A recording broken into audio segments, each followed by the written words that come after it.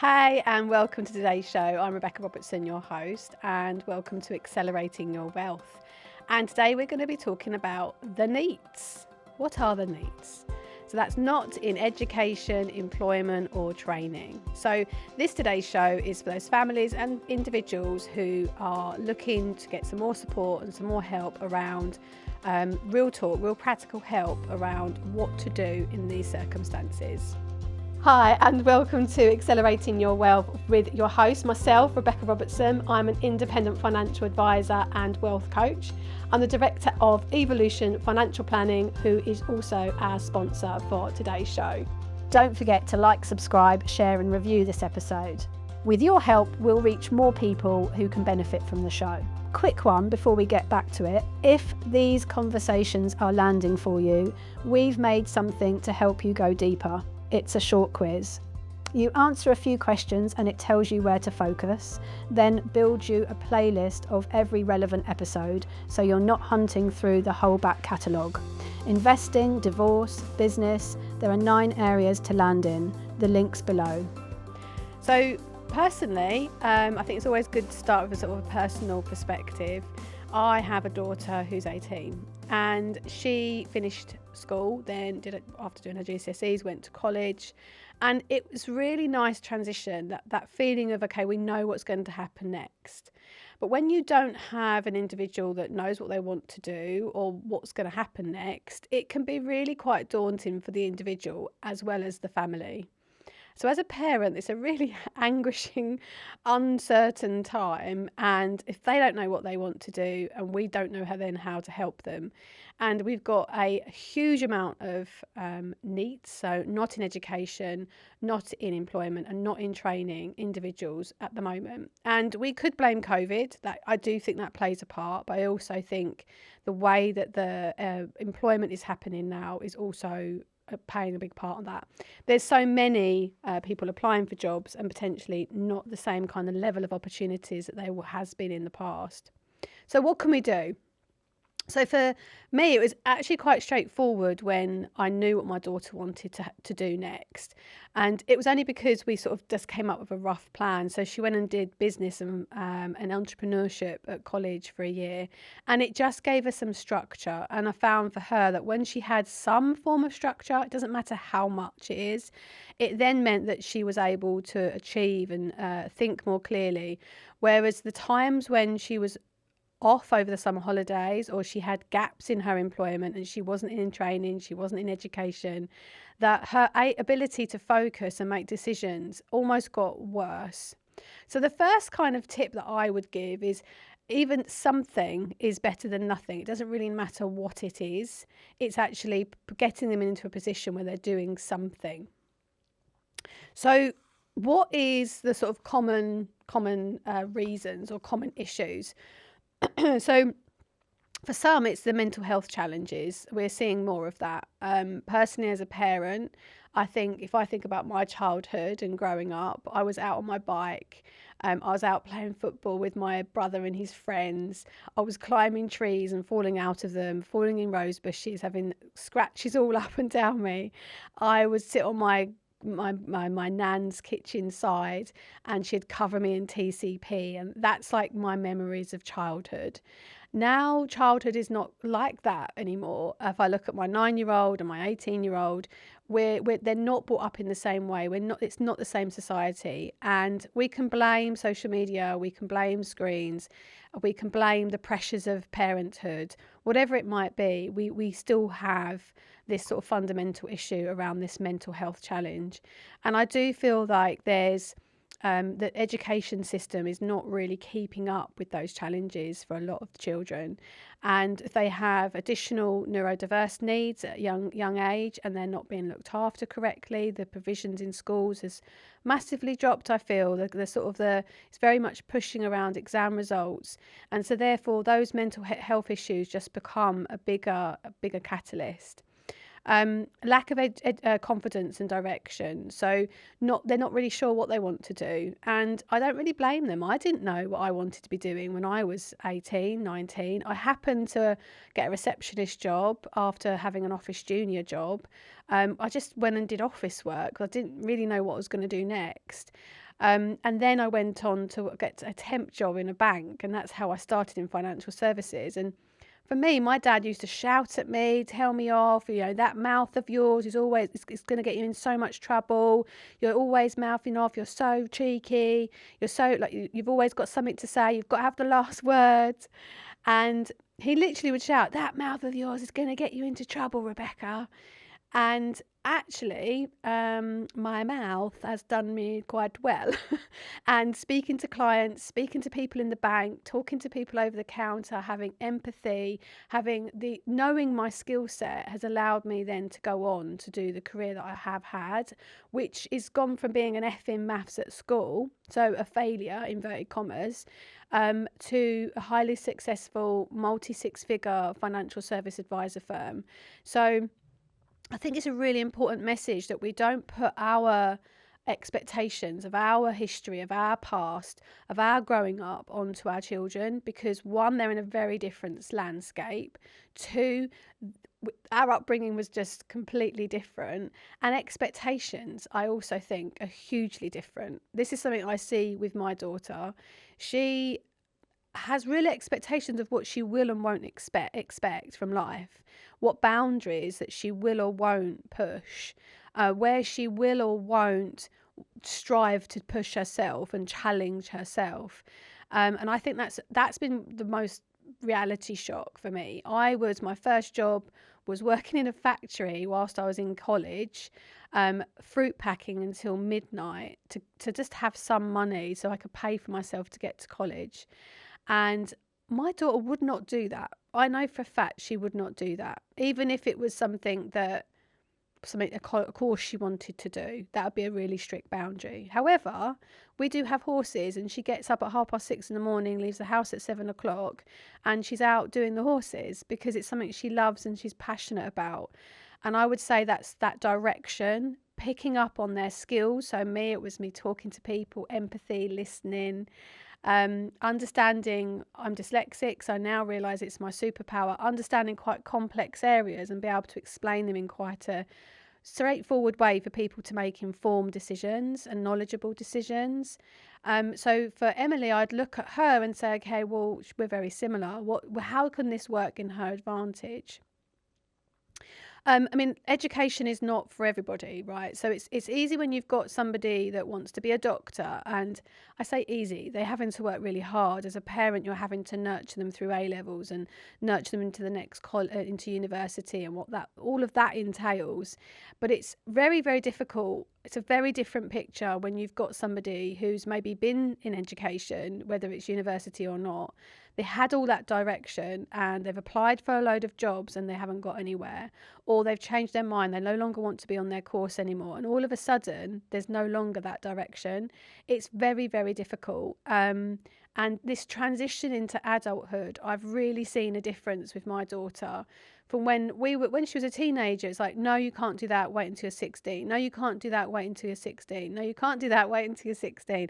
And then when she turned 16, although not a full adult, there were still limitations, and it was wait until you're 18. Once you're 18, you can do what you want. Once you're an adult, you can do what you want. And she turned 18, and actually I felt like the light switch went off, or a whole new space-time continuum started.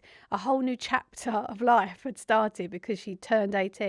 And her words were, it's just another day and I'm just another year older. What's the difference between how I am today and how I was yesterday? I'm still who I am today as I was yesterday. Nothing's actually changed. But in our mind, it's like, well, you're an adult now, off you go, goodbye. And actually more children, inverted commas, are staying at home for that much longer and needing their family support for that much longer. So there's lots of commonalities across all families in all of these areas, and it's a really difficult thing to navigate. The impact and the financial pressure, you're supporting additional living cost needs. And if they're driving like my daughter, I don't think they quite realise the cost of petrol. The account was working out how much it would take her to get to the yard and back, and it was £1.40. And she said, well, why is it costing me £10 a day? I said, well, it's probably costing you £5.60 there and back twice a day.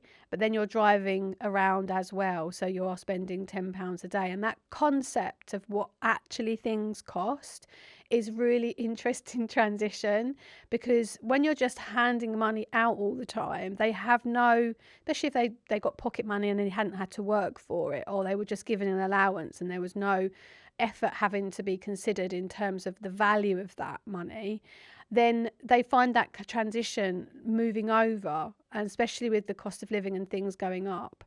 And that can then sort of delay that financial independence of your child, because if they're not working, they're not in education, you're having to support them for longer. It's then that ongoing, how does that set them up for adulthood? How am I putting them in a position to actually understand that value of money? Because if I'm constantly just a blank checkbook, bank of mum and dad, then they're never really going to be able to move that needle along and be able to understand the concept of what actually things cost.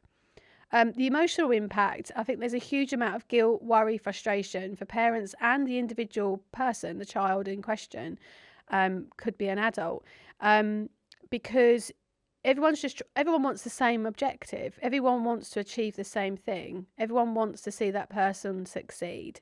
But I think that sometimes that can get missed in translation, and the amount of, I think we put so much into our children, so much empathy, you know, they've fell over and cut their leg, or they've gone to someone's birthday party and you've got to buy a present for them, and the day-to-day of making sure they're eating properly and they've read the right books and they've done their spellings at school, and then when they go to GCSEs and they're studying and they're making sure they're revising, except there's just an endless effort.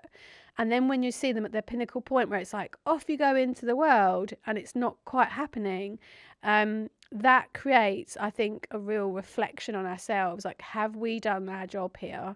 Have we done the amount of guilt and shame that I you know, at times I felt like, have I done the right thing here?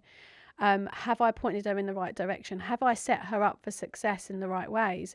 And actually, sometimes we've got to see them fail. They've got to see that the things that we're saying is going to happen. Like, we can see around that corner a lot better than what they can. We've got rear view mirrors, front mirrors, side mirrors. We've been there, done that. They haven't got that.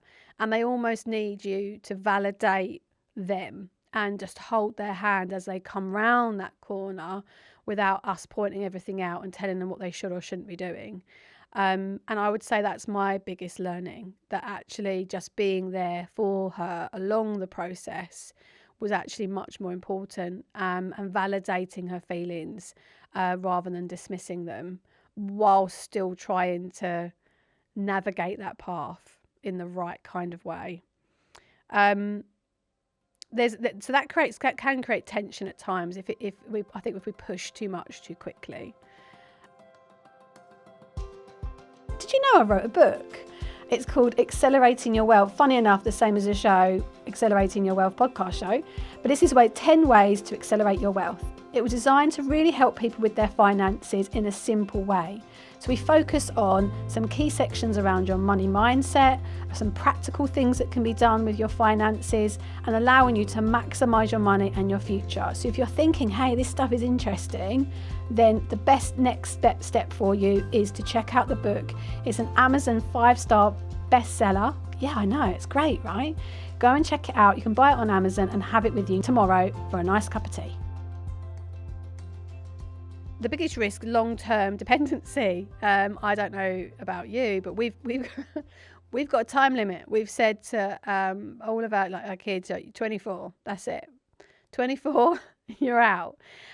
Simply because one, we want her bedroom for no, I'm joking. We don't. We don't want to move or anything like that. But I just feel like there has to be a time frame as to how long this will happen. You know, I want her to be able to move on and find her own way. But that takes those baby steps. But if they're not earning anything at all, that's very difficult to move that forward.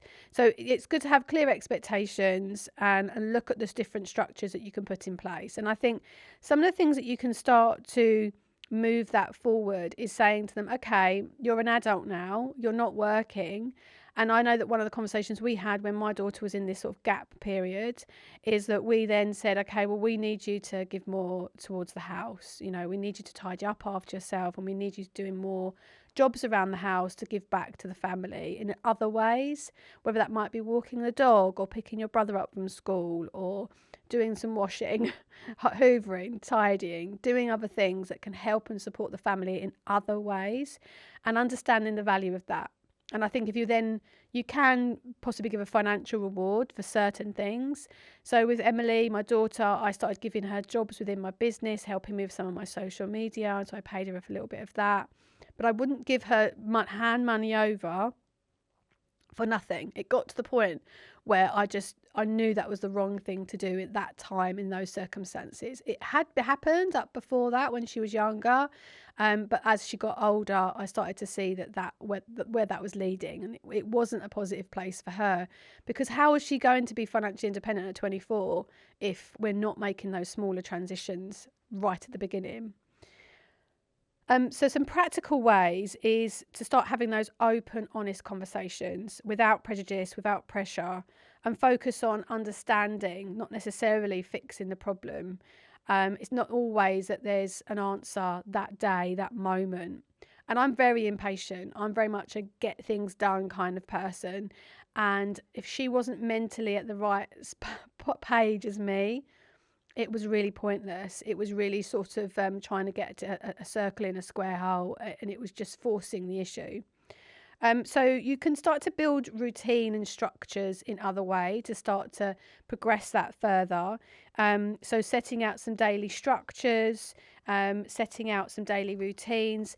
I find that giving them purpose, getting up in the morning to walk the dog or whatever it might be, can actually give them purpose. You know, make their bed before they get up, so they're not sitting in their bed all day. There's certain routines and structures in place. Now, there's going to be pushback, but it's also about encouraging those kind of right behaviours and leading by example where we can.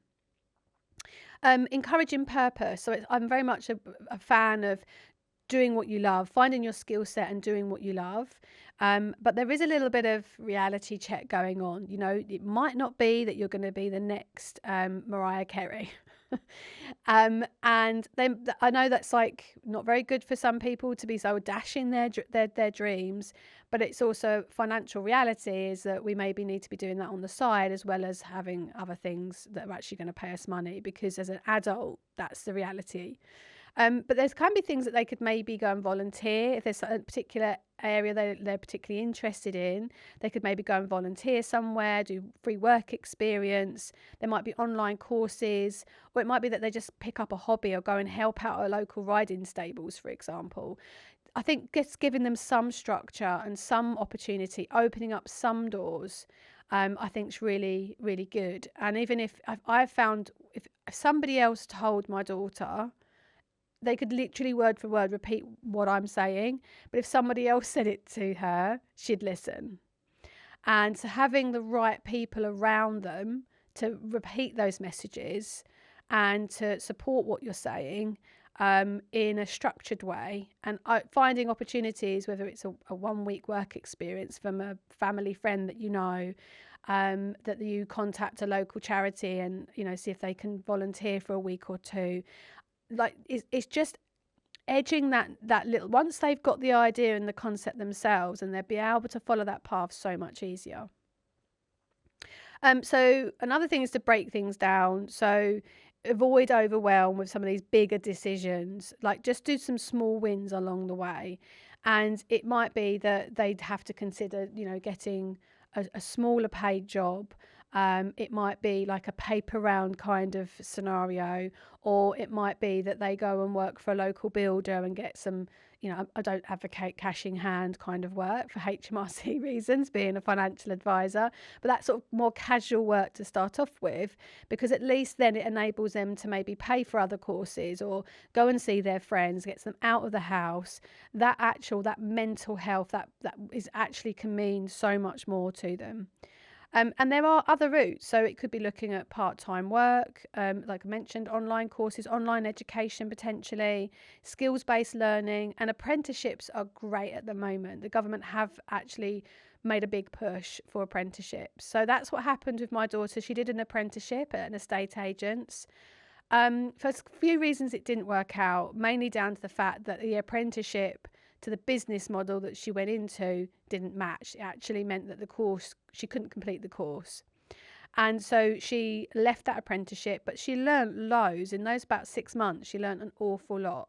And I could see that there was such potential in her. And cut a long story short, she's now working in my own business, training to be a mortgage broker with one of our mortgage brokers, who I trained over 10 years ago. She came from a retail background, no financial services experience, became qualified, and I trained her as a mortgage broker. And it's a real privilege to see this sort of come full circle, because I started the business when Emily was about 18 months, 2 years old, sitting on the floor of my house, and I'd just come back from a late night appointment the night before. I got home at 10, 11 o'clock at night, and she's sitting on the floor playing with her toys, and I had this report I had to get back to head office, and they micromanaged me, and it wasn't the way I wanted to A, run my business, or B, work with clients, or C, my lifestyle choices. And I then decided that I was going to start the business, and here she is, well, 16 years later, as an adult, training to be a broker and looking to study for her financial exams. Now, I'm in a privileged position that I was able to offer that to her. It's 16 hours a week, and she can work that around the horses and managing the yard. So it gives her this real balance between having two jobs, but they're very two different things.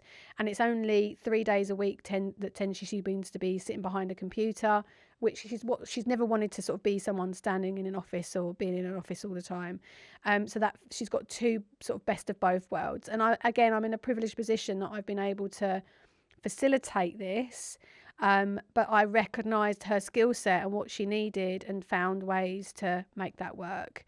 But she came up with the idea, and it was always about leading from a place of what's her skill set, what is she looking for, how can I make this work?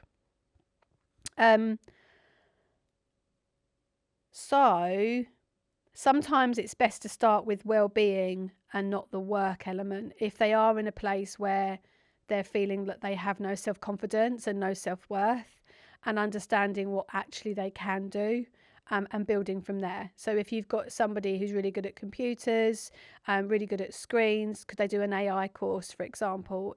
Could they go and volunteer for an online business person, for example, or maybe do some work experience somewhere, or go and shadow. For example, in this studio, they could maybe contact the studio and say, could I come and do some work experience for a week and just shadow somebody? So it's all about having the boundaries in place. From a financial perspective, it's about having those boundaries in place so that, okay, you're giving them the best support you can mentally, structurally, giving them routines for the day, giving them some purpose, but at the same time, what you will and won't pay for, what you will and won't do. And I think it's really important to sort of sit down and have these conversations about what you are willing to help with and what you're not willing to help with. So you're not willing to pay for them to go out on a Friday night to Wetherspoons, but you are willing to pay the train fare to get to a work experience or to go to college, for example. But obviously, if they are able to go and get a job in retail, what might be just sort of more of a sort of a lower paid kind of work, maybe working in Tesco's or Sainsbury's, or if you're lucky to get those kind of opportunities, because they're very hard to come by these days, then what you then expect from them and what you expect them to pay going forward. Because equally, if they're wanting to save for a car or save for something, are you then expecting them to pay rent? Are you expecting them to contribute to the household? So I think it's really important to have the structures in place and have these conversations. Try and avoid that open-ended support. So having those structures allows you to make sure that they know where the end date is and what the expiration date is. So try not to, whilst you're in this process, try not to Stop making your own pension contributions. Try not to deplete your own savings or delay your own financial goals. I know it's difficult for some, but where you can, I've seen clients actually literally live on the breadline and and have no pension contributions and pay for their 5 kids to go to university. I don't advocate that. Now she's in a position in late 50s, early 60s, where she's going to probably have to work for another 15, 20 years because of doing that. And I don't think she doesn't want to go to her children and say, hey, can you help me now? But they'd possibly be feeling, hang on a minute, mum helped us, how can we help her? And but she won't be asking for help. Quite often they don't. So it's really having some clear boundaries of what you are willing to go to and what you're not. So you just don't want that support to diminish your long-term own financial future. So you can introduce some basic financial budgeting with them. So I think now with the different apps that we have available, whether it's Starling or Monzo, you have different pots, and just encourage them to sort of put aside the money. So if it's money for petrol or money for, my daughter's got a dog, so she pays for the dog's insurance. I don't pay for that. So she can start to understand that you need to start budgeting for expenses that you know are going to come, and managing even if it's smaller amounts. And it might be a case of them having multiple casual jobs where they're helping out at the local newsagents, and then they're helping out a friend with social media, or they're volunteering somewhere. It might mean for a short period of time, whether that's a few months or 6 months, that they're actually doing multiple things. So they might have multiple money coming in from different places. So having the budgeting in place, the structure, will allow them to sort of allocate money in certain basic places. It's not about perfection, it's just about what's great right now, what would work best for this individual right now, what would move things forward in the right way and the right step, and for everyone feel valued. So just some summary of some action points is to have an open, non-judgmental conversation as soon as you can. Let's have a sit down, maybe get your favourite takeaway, sit down and say, I want to have a chat. And sit down and have an open conversation, and it lead from a place of, I'm sure this is how you're feeling, this is how I'm feeling, and a place of understanding and open. Introduce some small structure or some routines of what you'd like to expect going forward, but don't do overwhelm. Don't list 20 things. Just give 1 or 2 things to start off with, and then ask we can review this in the next couple of weeks. Set some clear boundaries of what you do and don't want accept going forward, and encourage one small step forward, whether it's signing up for a course or applying for one job. Look at apprenticeships locally. They are fantastic, some really good opportunities. You'll be surprised in the range that's out there. And then obviously review your own financial plan, ensure it's protected, and ensure that you've got the right steps in place for your own planning. And obviously this show is sponsored by Evolution Financial Planning. We're independent financial advisors. So you can go to our website, evolutionfinancialplanning.co.uk, and you can complete one of our financial wellbeing quizzes, which allows you to basically assess where you are with your finances at this moment in time. And then if you wish to book a complimentary discovery call just to sort of see what direction you should take things in, then you can do that as well. I hope you've enjoyed today's show, where we've been talking about NEETs, so some supporting families and ways to move these conversations forward for those that are not in employment, education or training. Thanks for listening. Thank you for joining us today at Accelerating Your Wealth with your host, myself, Rebecca Robertson. I hope you enjoyed the show. Do subscribe and let us know in the comments any of your thoughts.